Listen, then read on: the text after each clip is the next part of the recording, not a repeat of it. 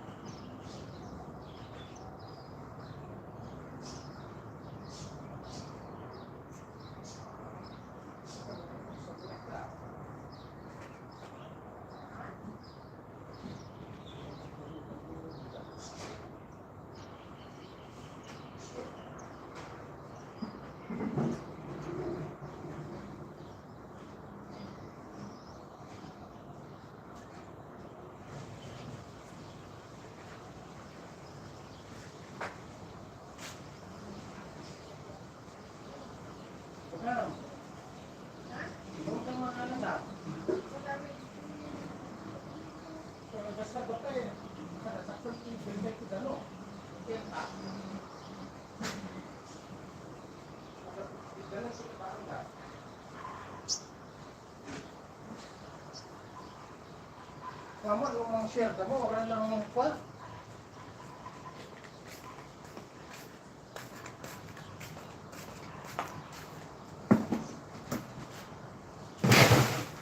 Pagdamdaman sa mga halata.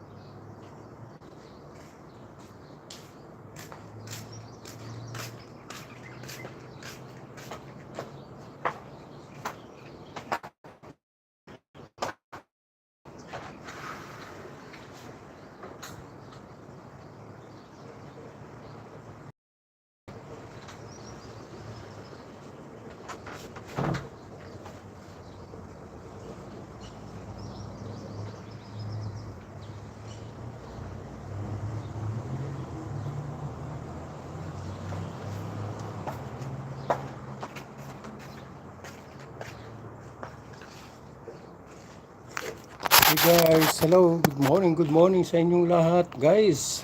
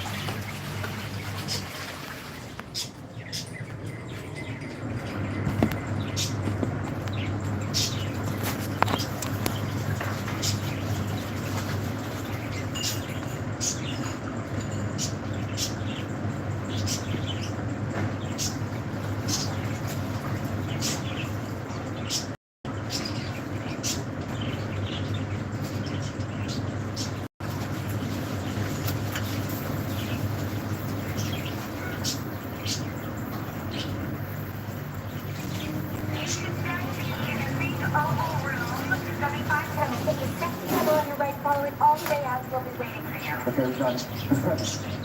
Take time. Can't believe it. Take time. Not leaving on the girl yet. No, you're not. You gotta go back to being president. Otherwise, all this is left.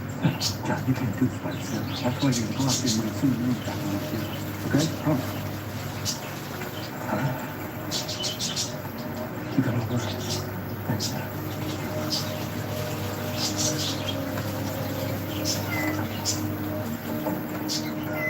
See you outside.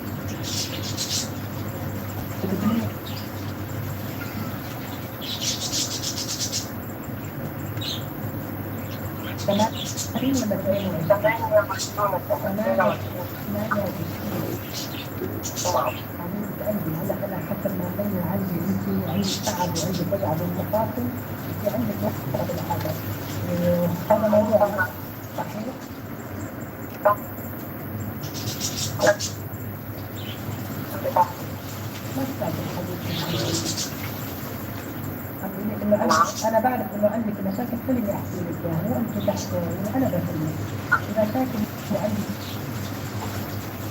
للأسف يعني فصلت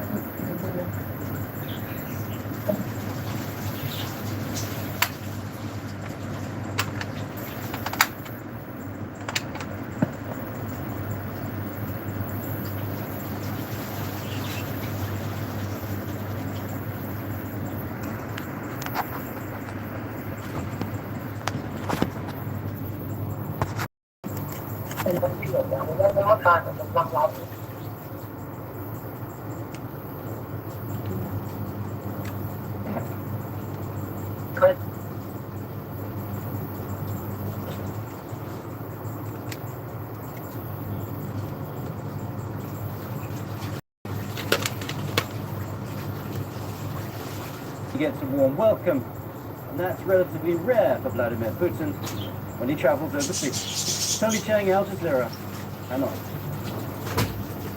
Residents on the South Korean island of Yongpyong say they're worried about worsening relations between the two Koreas.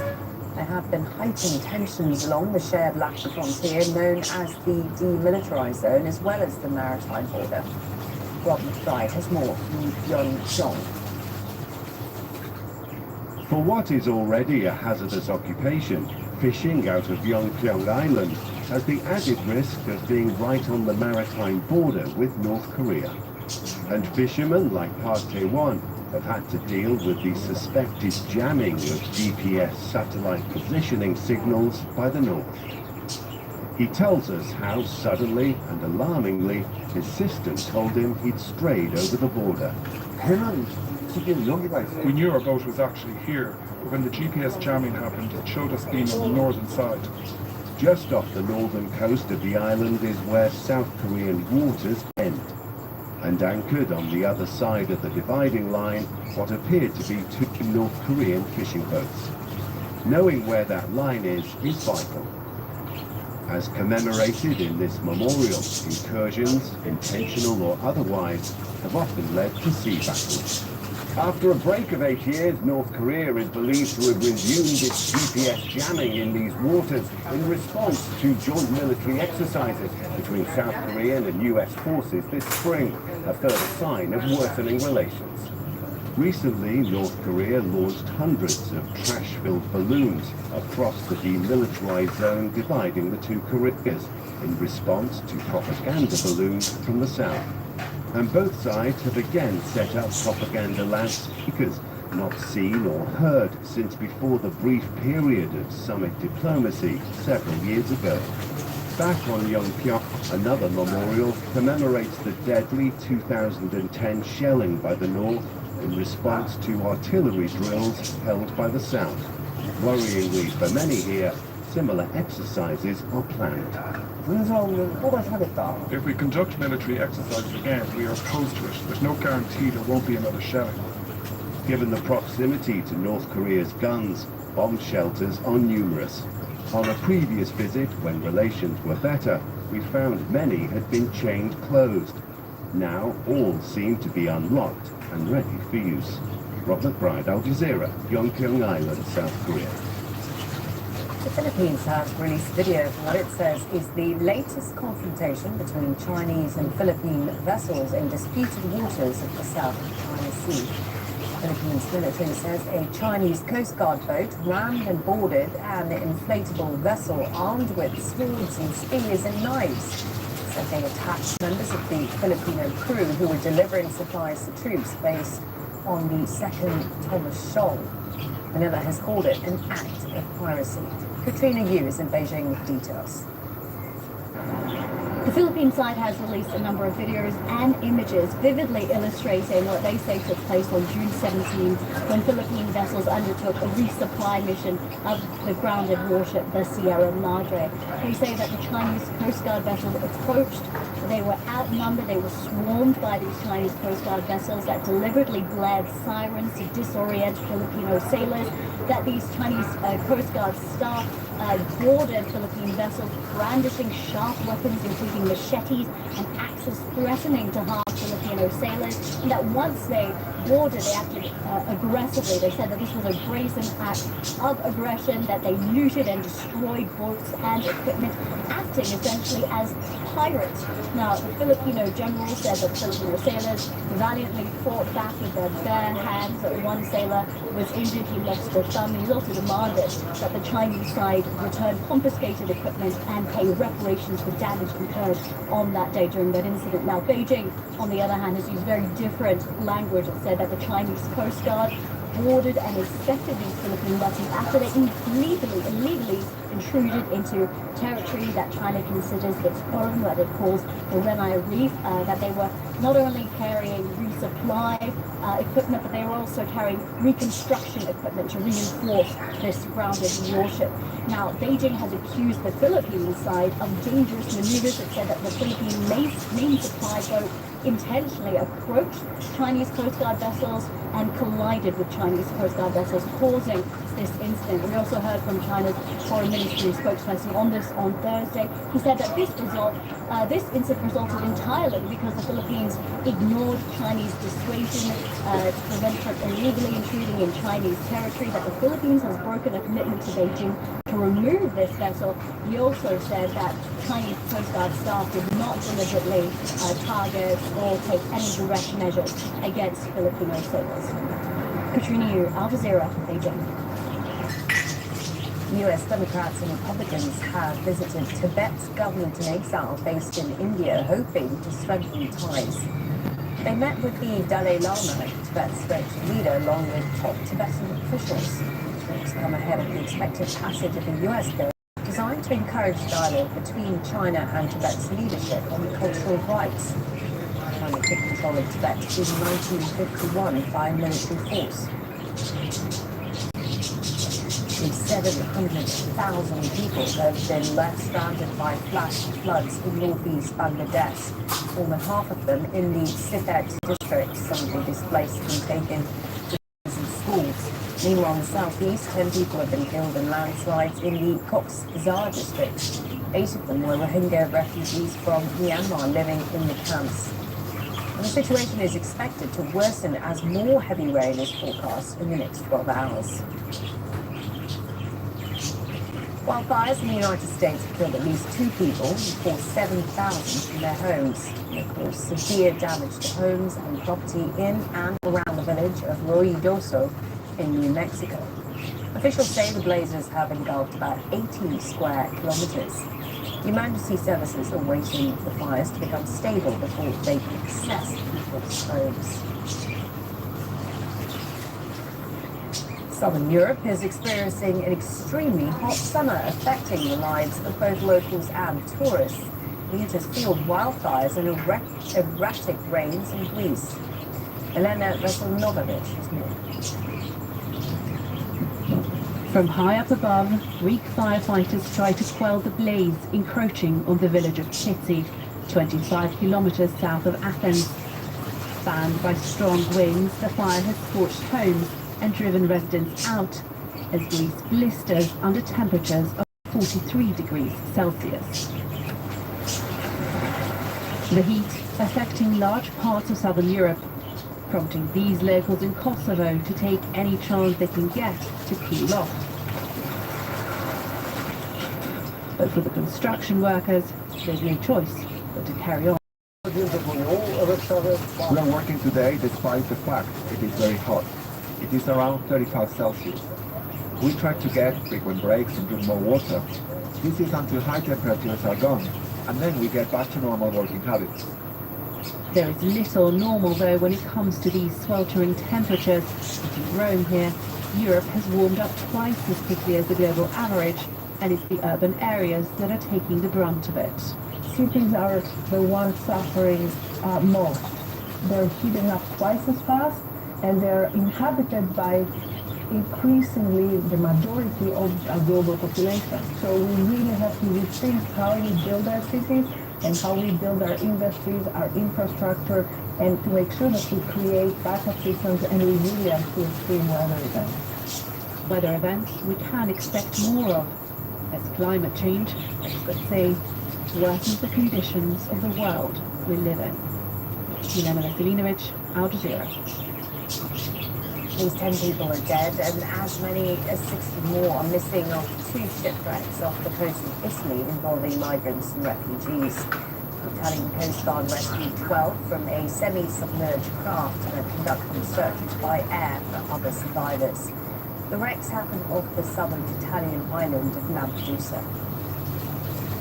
In Mexico, residents forced to leave their homes due to an outbreak of violence are demanding they be allowed to return. They're calling on the government to do more to restore peace in the southern town of Chila.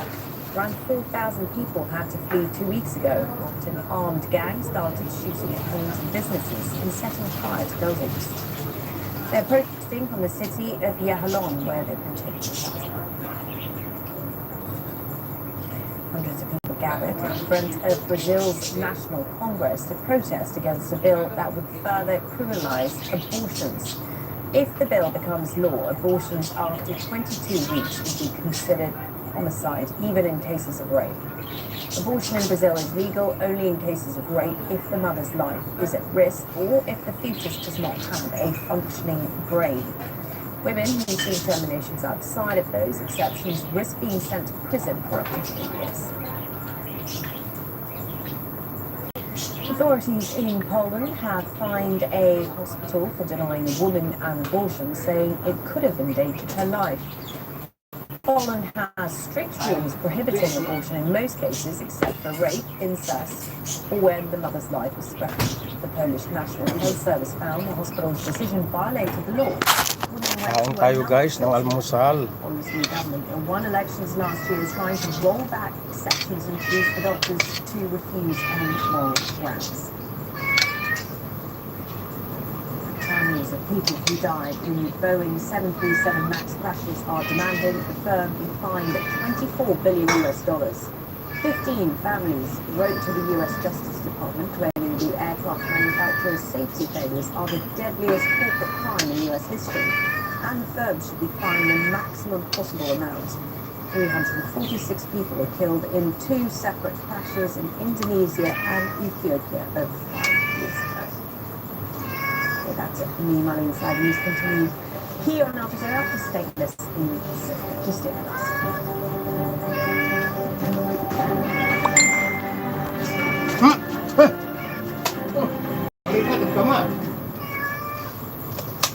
A weekly look at the world's top business stories. From global markets and economies and small businesses. Economic problems be addressed. Can they be fixed? To understand how it affects our daily lives. Counting the cost on Al Jazeera.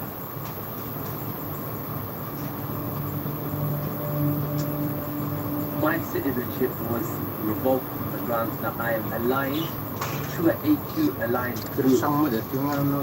I presume, and everybody presumes, what the British government is referring to is HTS Tahrir Sham. There's never been a warrant for your arrest as far as we know. It's not a criminal judgment, so it's not like you become a fugitive or something. But what it might do is you can imagine you're depending on the country that you found yourself in. You know, the judgment like that could be used in evidence against you in another country. It's not a nothing to lose thing. If you do lose that, it does have consequences. I've kind of come to a decision that the best decision to make is to boycott the trial. Threats that we face here are numerous. And today, each step started to put pressures on us. I have no choices. I have no options. So if my back is up against the wall, what does everybody expect me to do?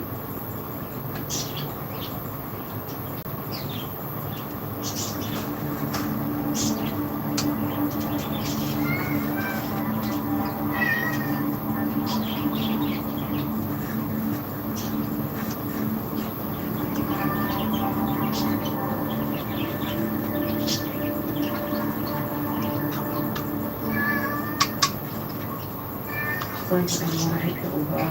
Here's just a quick update from me, inshallah. It's been a very difficult past 6 years for everyone, and the past 24 hours have definitely been the hardest for me. There's still no idea how long this is going to take, of no time frame, there is no time. He shouldn't be sitting in a cell right now by himself. He should be back home with his family, with his children.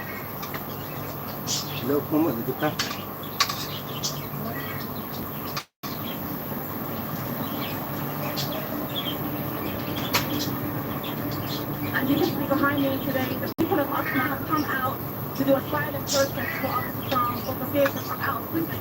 Today marks the 14th day that he has been away from us, that he has been in the jails of HCS, and we ask them please to release him. The project has stopped. For 2 months now, there will be no families for the workers. People have left.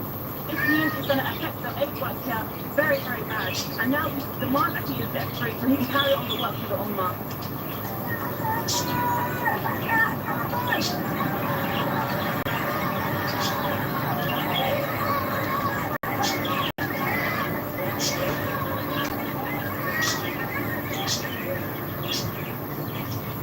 Going down to a demonstration now. It's been called by a group of Syrians, Syrian League, Numbers are not equal because a lot of cuts have been made, unfortunately, even to ourselves. There's been shooting demonstrations, there's also been attempts of taking some of the youth at demonstrations. Some of the sisters hit at the last protest. And yeah, all journalists have been here at protest.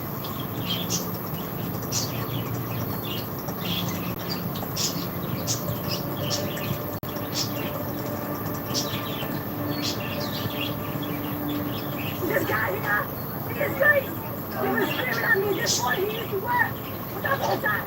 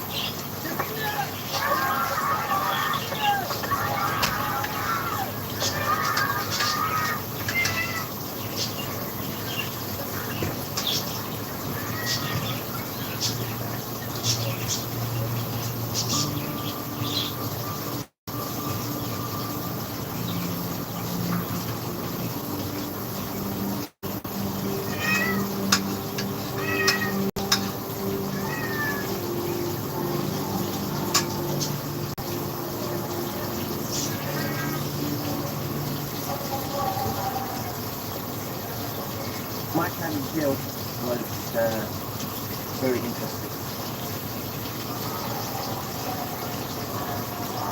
One of the toughest times is when they tortured me.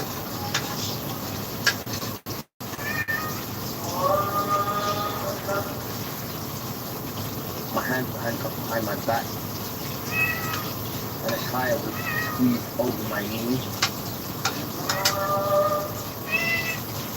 As I was in that position, I heard a squish hit the bottom of my feet. Of course, the pain was excruciating. I think I took about maybe 8 to 10 blows. When they took me out of the tire, I couldn't walk properly. It was like being standing in hot cold.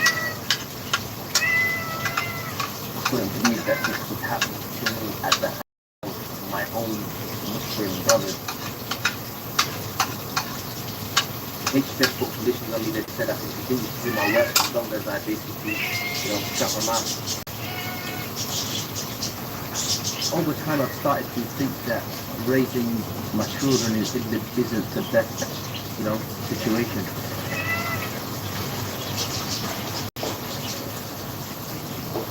You have arrested, for instance, a British aid worker officially who testified to being tortured after he was released. التوقيف الشريف هو عامل مع مجموعة رافضة للنظام موجود هنا وعندها صفة تشدد. فهو ثبت عليه أنه كان يعاون هذه الجهة ويمولهم في المال، واعتقل على هذا الأساس وقدم للقضاء وجرت عليه محاكمة وخرج من القضاء بعد المحاكمة فيه. Is it appropriate in your view to torture in prison? لا يوجد تأديب.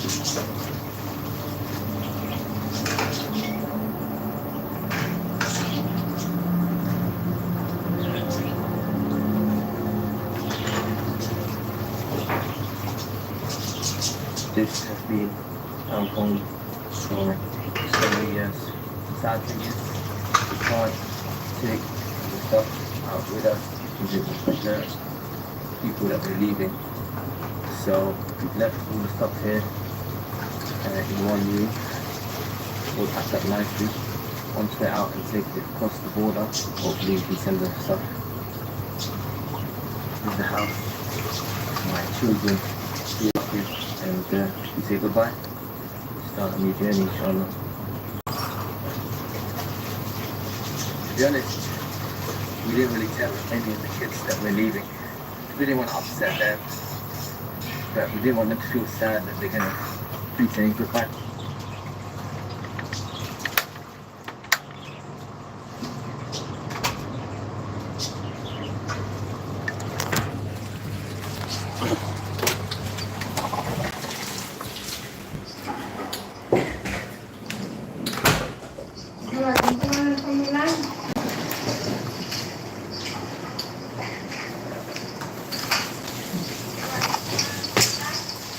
Menurut napan darahnya aja perkang naning